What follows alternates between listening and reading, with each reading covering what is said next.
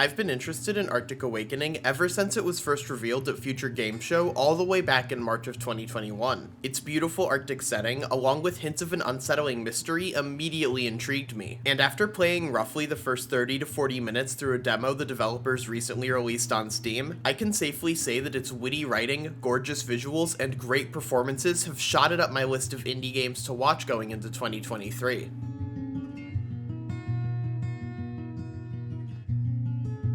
According to the developers, Arctic Awakening is a first-person narrative adventure set in the mysterious Arctic North. In it, you play as Kai, a pilot who ends up stranded in the wilderness along with his court-mandated therapy robot Alfie. The game is being developed and published by Goldfire Studios, and is set to launch on PC and consoles sometime next year. The game's intro quickly reminded me of basically every survival game I've ever played, in the sense that you're in a plane, something weird happens, and then suddenly, boom, no more plane. After miraculously surviving the crash, it quickly became clear that my objective was to reunite with Kai's best friend Donovan, who parachuted out of the plane and broke his leg during the crash, but can thankfully communicate with Kai via his fancy 2060 smartwatch. Alfie's also along for the ride, even if Kai seems less than thrilled about that at the start. Is it alright if I join you for a while? Yeah, not really. I'm good.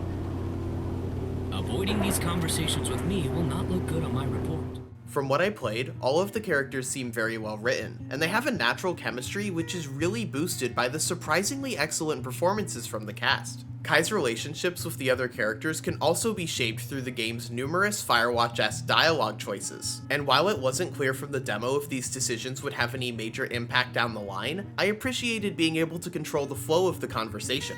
Generally, you can choose to be either kind, snarky, or a bit of a smartass. I chose to be nice because I'm a good soul who can never do any wrong, but truth be told, some of those snarky comments were very tempting. While searching for Donovan, the game also drops hints at a larger sci-fi mystery encompassing your adventure, and I'm very excited to see where that goes. Something else that I instantly noticed after waking up out in the snow was just how pretty this game's art style is. All of the different colors really pop and stand out from each other, and the fantastic weather effects and gorgeous lighting blend together to create a winter wonderland that I can't wait to keep exploring. You know the devs are doing something right when a vista of pine trees looks this good. Also, I'm a sucker for when games have snow physics, so thank you, it's much appreciated. I'm pretty sure I spent several minutes just messing around with this. Looking at the gameplay, it's fairly simplistic and walking simulator-y from what I played, but in a way that's reminiscent of something like Firewatch, which isn't a bad thing. You explore the environment and move from location to location, having conversations with Alfie or Donovan along the way. Unfortunately, the movement system feels pretty restrictive.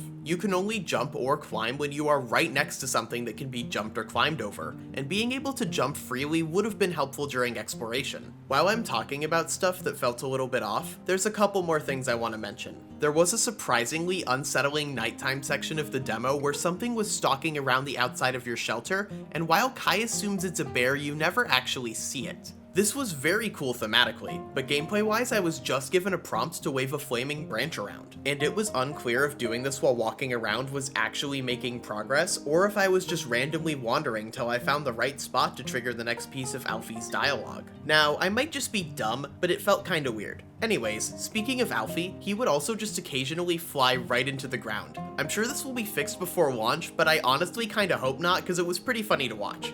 Back to positives, there were a couple cool design decisions here that I noticed. At one point I was given a choice of whether I wanted to go through a valley or along some cliffs to reach my next destination, so there may be multiple paths you can take between areas. Another cleverly designed moment was when I needed to find something to start a fire with, and I was able to actually cut open the plane seats to use their foam as kindling. Also, a side note, I love first-person animations in games, and I'm happy to say that there's plenty of good ones here. Anyways, the demo ends right before when it seems like things are about to get properly interesting, leaving me with questions like, where are we? Why are there no workers in this giant facility? And more importantly, why is there a giant Star Trek looking ass satellite dish out in the middle of the Arctic woods?